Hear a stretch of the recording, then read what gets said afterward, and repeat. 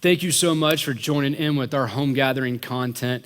We love being able to connect with you. Now, whether you're a part of a home gathering across the city of Atlanta, or maybe you're just watching in your dorm or your apartment, we're so thankful that you're choosing to spend time with us. What we're looking at right now is it's just a conversation we're having around this idea of questions. There are big questions in life we all have. And I truly think that there are some questions that we could be asking that would actually shape those smaller questions that kind of shape our future. I truly believe if we could answer some three really big questions, that has the power to shape everything else that we're kind of bombarded with on a daily basis. And so that's what we're going to be unpacking in our time together. And I'm so grateful again that you're choosing to join with us. And now what we're going to do is we're going to transition into a time of worship.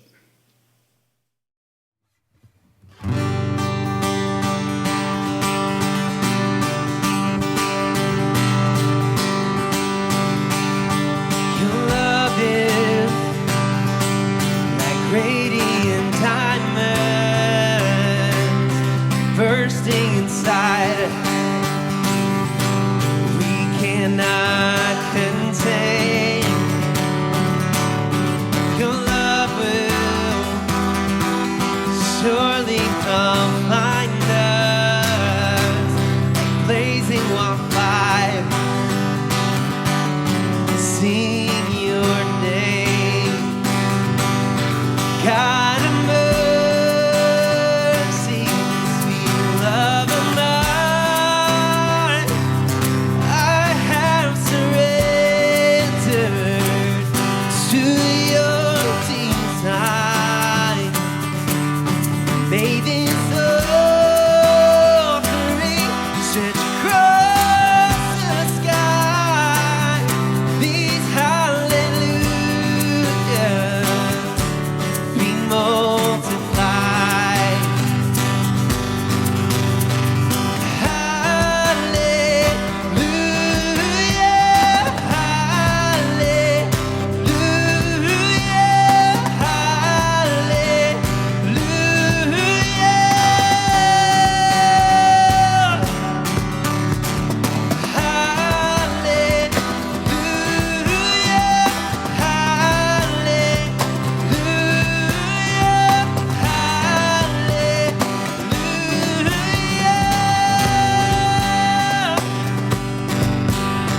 Your love is like radiant diamonds bursting inside us. We cannot contain. Your love will surely come find us like blazing wildfire. Sing your name. God of mercy, sweet love of mine, I have surrendered to your design. May this offering stretch across the skies. These hallelujahs be multiplied. God of mercy, sweet love of mine, I have surrendered to your design. May this offering stretch across the sky. These hallelujahs be multiplied. Oh, these hallelujahs be multiplied. Hallelujah, hallelujah,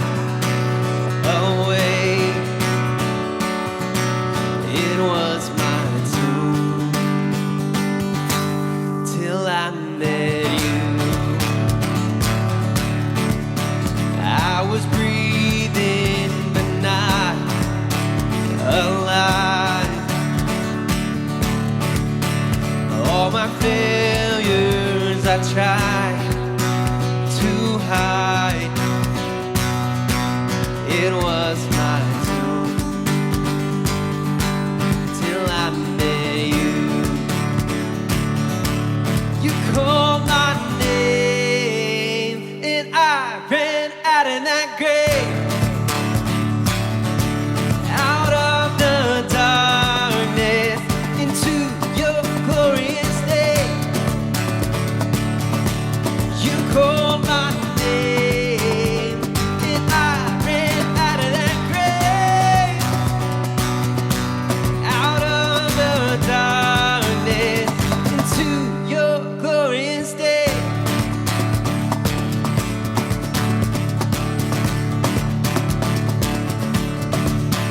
Now your mercy has saved my soul.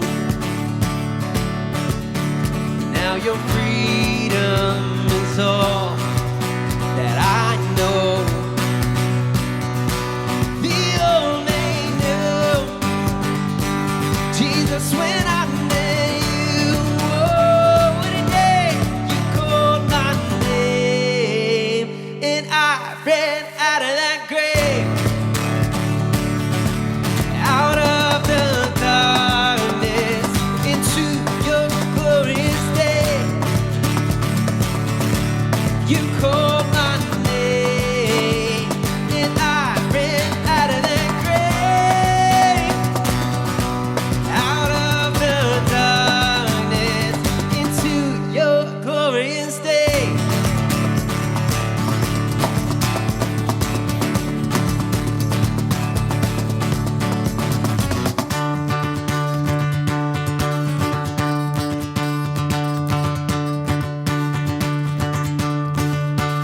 I needed rest, my sin was heavy, but chains break at the weight of your glory. I needed shelter, I was an orphan, now you call me a citizen of heaven. When I was broken, you were my healer, your love is yet I'm breathing. I have a future, my eyes are open when you call my name. I ran out of that grave, out of the darkness to your glorious day. You called my name, and I ran out of that grave, out of the darkness into your glorious day.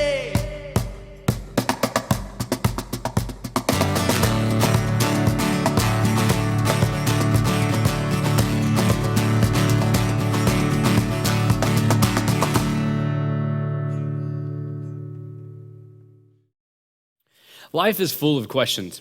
I don't know about you, but I always feel like I have questions about how my day's going to go, let alone the week or what's the year going to look like. And I remember just when I was younger, I remember being in high school and college and just kind of having some of those big life questions. And so what we're kind of doing right now is we're having a conversation around this idea of questions. And there's kind of those questions that have the power to shape our lives. And when I think about that, is that we kind of get inundated. We kind of get a little maybe paralyzed sometimes with the questions that are kind of piling up of what does my future look like, or who am I going to marry, what school am I going to go to, what's that job going to look like. But I think that there are some different questions that we could be asking that actually have the power to shape those other questions. I think if we have the answers to some different questions, that has the power to shape the ones that we have that can weigh us down. And it's interesting is if you look at just kind of humanity, you look at the human condition, you look at the human psyche, it's interesting that we know the right things to do. Now, I'm not going to get into a conversation if we're born good, we're born bad. That's not where I'm trying to go with this. But it's just interesting that we know the right things to do. This morning, my foster son, he's a little over a year, and for up until now, we've always, every morning, we get up. Him and I lately have been watching Mickey Mouse Club. And he sits in my lap and I feed him his bottle. That's just kind of our routine. And I love it. It's one of the highlights of my day. But today, no joke, today I was making his bottle and he can kind of carry it now. And so I handed it to him and he just started drinking it and he walked off. And it's just like, I'm looking at this little kid. I'm like, you just know the right thing to do. It's like, I'm good, Dad. I don't need you anymore. I don't need your lap. I don't need the Mickey Mouse Club. And I'm just like, It was a little like heartbreaking, but also like mesmerizing at the same time. But we know the right things to do. I know that's a simple analogy, but like, you know the right things to do, right? I mean, you're in a conversation with someone and you can maybe feel yourself getting worked up. You know what not to say or what to say. Or maybe something happened with your boss, you just kind of know, hey, when do I push back or when do I just kind of be quiet? Or maybe there's something going on financially and you're like, okay, well, I got to stop going out to Starbucks. I mean, we know the right things to do. But here's what's so interesting. Here's what separates humanity from everything else, is that we know the right things to do, but still intentionally do wrong. And I'm not trying to be negative. I'm not throwing shade at anyone. I'm in this boat. I've done this all the time. We know the right things to do, but we still intentionally do wrong. I mean, if you look at animals, and there are studies that are done on animals, and again, I'm not trying to talk about should we do exams on animals, and please don't take me down that route. But it's just interesting that, like, if you take mice, for example, and they kind of go through a little maze or something, and they come to something at the end that harms them, they don't go back. They don't go back and do it again or eat it again or whatever the experiment was. Animals don't do that, but we do. For some reason, we absolutely have this power of continually doing something wrong, even though we know we shouldn't do it. It is fascinating. Do you know what I'm talking about? You ever been there? You ever had that? Maybe that's part of your story. Can you look back right now on a relationship or a choice or a decision that you made, and you're going, I knew it was wrong. Why did I do that? And it's so interesting to me that we watch this. As a pastor, I'm telling you, one, I'm guilty of it, confess that. Two, that I hear stories of this all the time. And so what's interesting is I think that a kind of a question that we don't ask ourselves enough. And I don't know if we don't ask it enough because we don't believe in it, or we don't ask it because we don't really want to know the answer. But as someone who currently works with college students and young adults, there is a huge question out there that I don't think we ask enough. And it's, how are my current decisions shaping my future circumstances? How are my current decisions, the things that I'm deciding to do right now, how are they shaping my future circumstances? Let's be honest. If you have a bad spending habit, what is that doing to your future savings account? If you eat terrible, and I mean terrible, and you know what I'm talking about, you know what restaurants those are, you know what kind of snacks those are. If you're eating terrible, what do you think that is doing to your heart and your cholesterol and the insides? But we don't want to think about it, do we? Or we don't want to acknowledge it. I'm guilty of this. I remember when I kind of got clarity on this, and this was about 10 years ago, I was the heaviest I had ever been, ever. And we took a Christmas photo together. My wife and I took a Christmas photo together.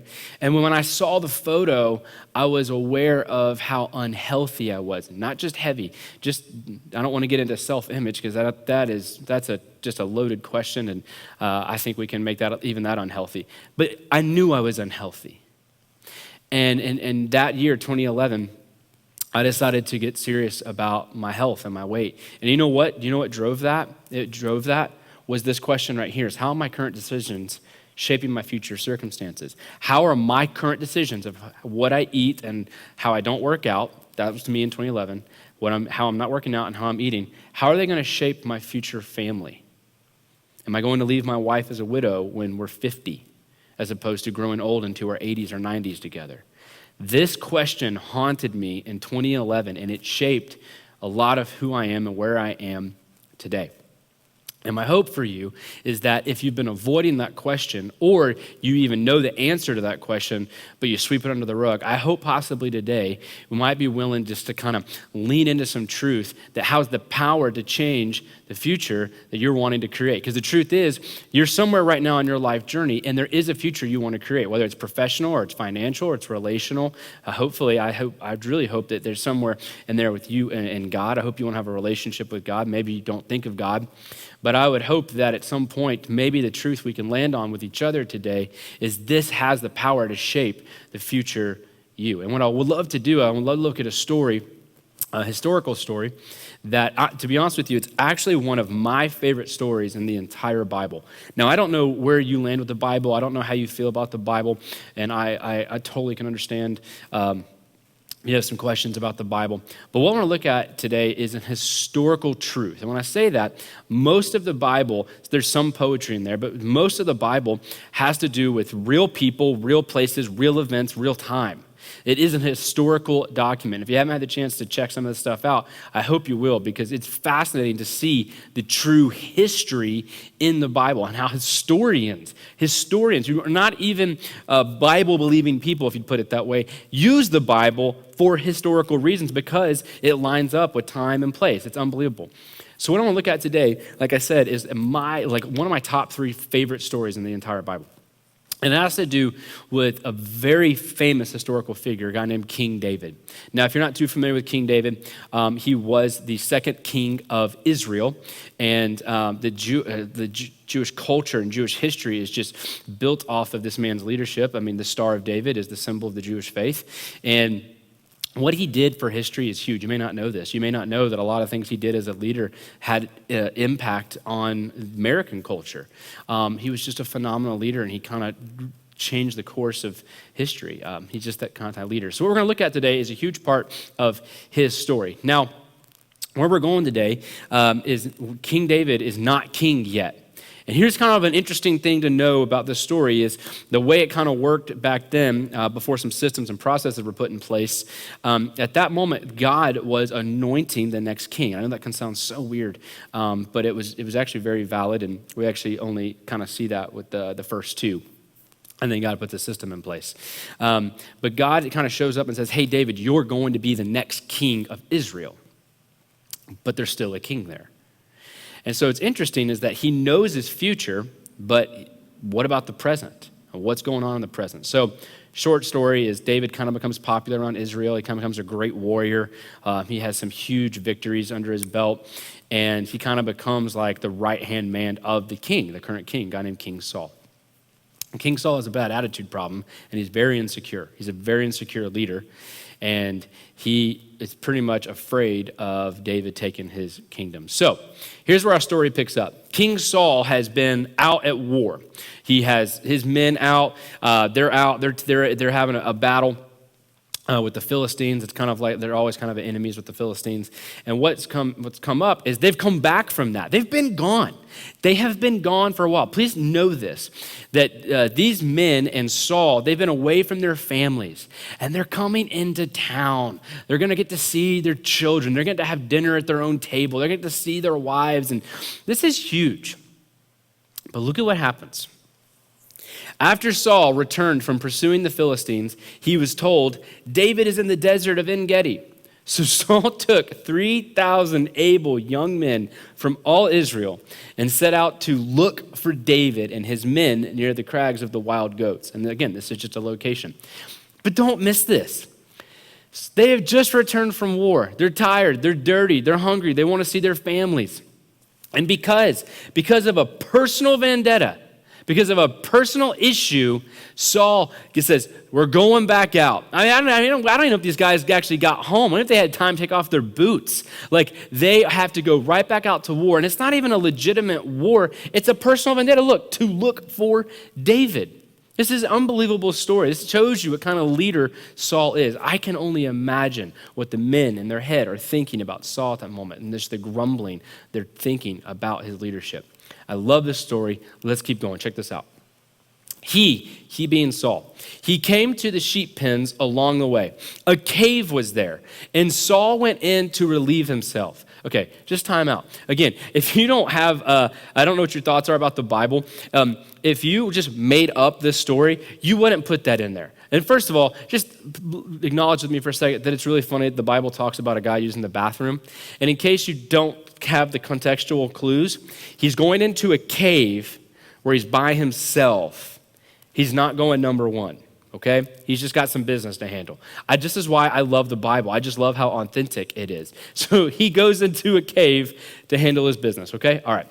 David and his men were far back in the cave. It just happens to be the same cave that Saul goes to use the bathroom in, just happens to be the same cave that David and his men are in. Coincidence? I don't think so. The men said, I love this, I love it. The men said to David, this is the day the Lord spoke of when he said to you, I will give your enemy into your hands for you to deal with it as you wish. They pull God into it. His friends are like, this is the Lord's moment. This is God's moment. This is God's moment for your future. So David crept up unnoticed. Saul has no idea he's there, and cut off a corner of Saul's robe. This is the moment. This is his chance. And you've got the king in a very awkward position. And what does David do? He comes up and he cuts off a corner of his robe. Afterward, David was conscience-stricken. He's feeling it. He is like, what did I do? And look at why he does this. Look at why he does this. For having cut off a corner of his robe. He said to his men, the Lord forbid that I should do such a thing to my master. See, there was rules and principles put in place. There was rules God had put in place in how you respect authority. And David knew that he just dishonored that authority.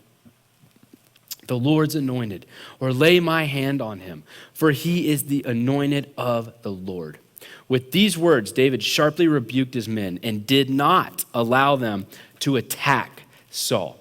And Saul left the cave and went in his way. You have your friends, you have your men, good men. I don't think they're bad men at all. Men, they're like, this is God's moment. And he gets full of just guilt. And he goes, no. God has put rules in place. God has put principles in place. And this is not the way to get the kingdom. He says, do not attack him. And so Saul handles his business and he goes on his way. Now I'm just going to be honest with you, and we're going to unpack this in a second, but let's be honest with you. I don't know about you, but I'm going to confess. If I was put in this position, I don't think I would have handled it like David. I probably would have said, yeah, I was told I'm going to be king. What are the odds that the king shows up in the cave I happen to be in? This has to be divine. This has to be the way it's supposed to go down. And I probably would have done what David's guys encouraged him to do. Be honest with yourself. I don't know if you would have, but I probably would have kind of taken a variable of all the situation and said, yeah, this is it. But look what happens next. Look what happens next. Then David went out of the cave and called out to Saul, my Lord the king. And when Saul looked behind him, David bowed down, humbled himself, showed who had authority, and prostrated himself with his face to the ground. He said to Saul, why do you listen when men say, David is bent on harming you? This day you have seen with your own eyes that the Lord delivered you into my hands into the cave. So Saul's a few feet away, maybe get back on his horse already. David comes out of the cave he was just in. He's like, hey, Saul, I'm here. And then he humbles himself. He humbles himself to say, you're still the king. He doesn't come out with swagger. He doesn't come out with pride. He humbles himself. And look, and David pulls God into it too. He says, God delivered you into my hands. And I'm telling you right now, those men, not his guys in the cave, but the men, Saul's men, the 3,000 men, I'm telling you right now, those men are going, that's a leader I want to follow. This guy just drug us out after we'd been at months at war for a personal vendetta. But this guy, he could have just done whatever he wanted, but he has humility. I think in that moment, David's leadership began to be established relationally and through his influence. Because this is a bold thing to do. First of all, it's bold to come out when you're being sought after. The second thing is to come out and to be like, I could have killed you. And I think God brought you into my hands. Story's not done. David's still talking. He says, some urged me to kill you. I can only imagine his guys in that moment are like, thanks, David. Thanks for throwing us under the bus. Like, I cannot imagine what his boys felt like at that moment going, bro, why you got to bring us into this? Now he's going to want to kill us. Like, I just love that David's just like, hey, I had some people speaking in my ear telling me to kill you. But I spared you. I said, I will not lay my hand on my Lord because he is the Lord's anointed. See, my father, it wasn't his father, it's just a form of respect. Look at this piece of your robe in my hand. I cut off the corner of robe, but did not kill you. And I'm telling you, that moment, Saul's like, oh my gosh. And all the men are probably like, like, I can only imagine what it feels like from an influence standpoint. right there. I have a feeling the influence is all leaving Saul and going to David. This idea of leadership is going to David in that moment because men are going, that is the guy worth following. And Saul is probably going, I wouldn't have done that. If I were in your place, I would have killed you. And we see Saul acknowledge that. When David finished saying this, Saul asked, is that your voice, David, my son? Again, just a phrase, just about kind of like hierarchy. And he wept aloud. Ready for this? You are more righteous than I. You have treated me well, but I have treated you badly. You have just now told me about the good you did to me, and the Lord delivered me into your hands, but you did not kill me. Saul acknowledges, you're a better man than me. You're the real deal, I'm not. And you're right, God did bring me into that cave. God did deliver me into that. So we're not even going to question if this was a God moment. It was. God did orchestrate that moment. But just because God orchestrated that moment doesn't mean we have to take it in our hands the way we want to. And that's what we're going to learn from this story. Yes, God will bring certain things to you in a certain way, but that doesn't mean you have to take it the way you think is best. When a man finds his enemy, does he let him get away unharmed? May the Lord reward you, David, well for the way you treated me. I know. Look what he says. He stands in front of 3,000 men. He stands in front of the army. He's the commander. He says in front of the army, I know that you will surely be king, and that the kingdom of Israel will be established in your hands. He just publicly acknowledges that David is going to be king. Now swear to me by the Lord that you will not kill off my descendants or wipe out my name from my father's family. Now this was just custom culturally, just around them, that when a new king came into place, there was fear of the old family kind of rising up. And so unfortunately, whenever a new king came into place, the family was extinguished. It's just unfortunate. But God set different rules and precedents in Israel. This was not how Israel was supposed to work. So David gave his oath to Saul. And Saul returned home, and David and his men went up to the stronghold. They just continued to travel, and Saul went home. Here's what you have to understand about this story. First of all, I love it. I hope you enjoyed it. That's one of my favorite stories. There's so much there to unpack.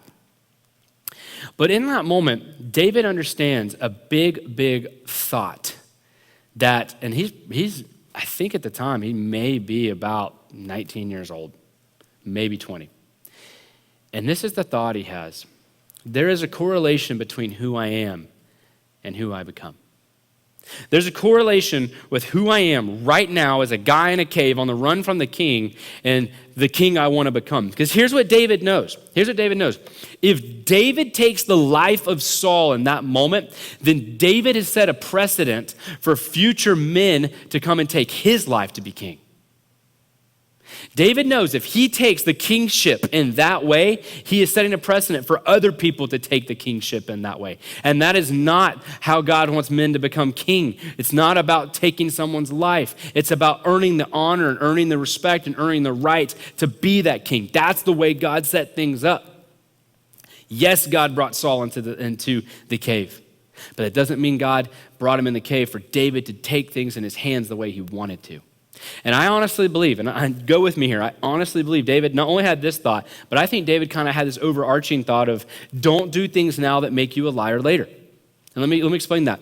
I don't think that's a story David would want to tell. Imagine his grandkids coming to him, hey, Grandpappy David, tell me how you became king again. Yeah, well, there was a guy using the bathroom. That's the true story. That's not a heroic story. That is not a story that makes people chant and go, what a leader, what a man. David would have to lie. David would have to lie about this story. He'd have to talk about a great battle or just a crazy moment where they were in the desert together. I don't know, but he'd have to tell some story because nobody wants to hear a story about a man using a bathroom and you decide to kill him. So don't do things now that'll make you a liar later. David would have to cover this up the rest of his life. I mean, he'd have to do it, and he'd have to come out and tell the men a story, we got into a fight. He'd have to be a liar the rest of his life. And David did not want one decision, one moment, to make him be a liar the rest of his life. And I'll never forget that. That actually is a true story. Well, this is a true story, but there was a few years ago, I used to work in sales for events and conferences. And we had a great conference here in Atlanta, a leadership conference. And this actual message is from someone that I respect and I trust, and I love being able to share it. But one of my group leaders, one of the guys that bought a bulk of tickets from me and was attending the conference, he actually heard this thought of don't do things now that'll be a liar later. And I watched him get up and leave. I watched him leave the event. And I knew that he had flown in from the event. He wasn't local. And I'm like, oh no, this isn't going to be good. I'm going to get an email. Just to fast forward, this guy was involved in government. And he did reach out to me the following week. And he said when he heard the idea of don't do things now and be a liar later, he had to go home and talk to his wife. He had to go home right then and just be honest with his wife. Now, he didn't tell me what it was that he had to be honest with his wife about, but he felt so convicted that he realized if he kept going the path he was going on, that he'd have to be a liar the rest of his life. That was an unbelievable moment, and I was so thankful for that. But the truth is, here's a question for all of us today that I want us to wrestle with. I want you to ask yourself. I want me to ask myself. I want us to think about, because there is a future that you want. And it's not just the job, and it's not just the house, and it's not just the spouse. There's so much more than that. There is a future you want. And I'm telling you right now, there's a future version of you that's beyond 30 and 35. There's a version of you that's 80 or 90. Lord willing, you live that long. And you're going to have a story to tell. And so let me ask you, what story do you want to tell? You're 80 and you have grandchildren, maybe great-grandchildren. They want to ask you about your marriage and your job or the things that you did. What are you going to tell them? Are you going to tell them how just bitter you were and how much you complained till you got what you wanted? How lazy you were? How you put others down? Are you going to talk about maybe what you saw God did? Are you going to talk about that risk you took, that brave moment you took? Or are you going to talk about that season where things were really, really hard, but you persevered and you had faith and then you saw something beautiful come out on the end of it? What story do you want to tell? Because let me be honest with you. You shape a little bit of your story, but not all of it. My entire life, I wanted to get married and be a dad. Now, both of those things have happened, but not how I planned. Now, thankfully, I got married how I planned. I got married very young and in college. That was very hard. It was a hard decision to make. We were dead broke, and I was still in school. But when it came to being parents, we can't have children naturally. That was a really hard thing for us. And what story did I want to tell? Did I want to one day look at possibly an adoptive child and tell them how angry daddy was the whole time, and or say, no, you know what? Like, it wasn't what we planned, but it was beautiful to watch God work and to watch us grow as mommy and daddy in our relationship and to create a better home for you. I knew what story I wanted to tell as a husband and a father. And I'm grateful now that I'm on the journey with that. So there's a really great theologian and just a great author. I just would love to kind of share just a quote of his. And he's a German leader, and this guy's name is Hans Ums von Balthasar. It's a beautiful name. I wish I had it. But check this out. Check out what he says about this truth. What you are is God's gift to you. But who you become is your gift to God. What you are, those strengths you have, those things that you're natural at, those things you just kind of bring to the table, that's God's gift to you. Thank God for it. I'm grateful that the Lord's given me the chance to be able to communicate to others. I know people who are absolutely terrified of communicating. It literally paralyzes them. And that's just not something that I struggle with. I'm grateful to be able to communicate. I'm grateful for the things God has given me. What has God given you? What are the strengths God's given you? But who you become, what you do with that, is your gift to God. Don't live a life that's close-handed. Don't live a life that's always frustrated. Don't live a life where you're always trying to force every single thing you want. Because you're going to find yourself in a David situation where you think God's put someone in a cave for you to do things the way you want. And in that moment, I'm telling you, there are principles and there are rules and there are things in place that will shape the future story you're going to tell. So next time you're having a moment, next time that opportunity comes your way, or a relationship comes your way, or something you're wanting to pursue, I want you to think about, what story do you want to tell? I want you to look yourself in the mirror and say, what story do I want to tell? What's the story I want to tell from this? Because you will. You will tell a story from that relationship. You will tell a story from school. You will tell a story from marriage. I promise you will. And I truly hope the future you could walk in to the current version of you right now, if time travel was possible. The 60 or 70-year-old version of you could walk in right now and shake your hand and say, thank you for the things you're doing now to create the future us. I hope that's the story you'll be able to tell. Let me pray for you. God, thank you so much for this truth, this story from David. I love it. It's one of my favorite stories. And I love the fact I cannot imagine the weight and the emotion of being in that cave. But I'm so thankful that we have something that we can look to and point to and ask ourselves, what story do we want to tell? What am I doing now that can make me a liar for the rest of my life? And that we don't want to go down that road. Even if we haven't put our faith in you yet, or we haven't fully acknowledged that you're God, maybe we're figuring some of that out. I hope maybe this allows us to lean into you and to realize what kind of God you are. You're a gracious God. You're a God that has kind of given us gifts. And you're a God that cares about our future.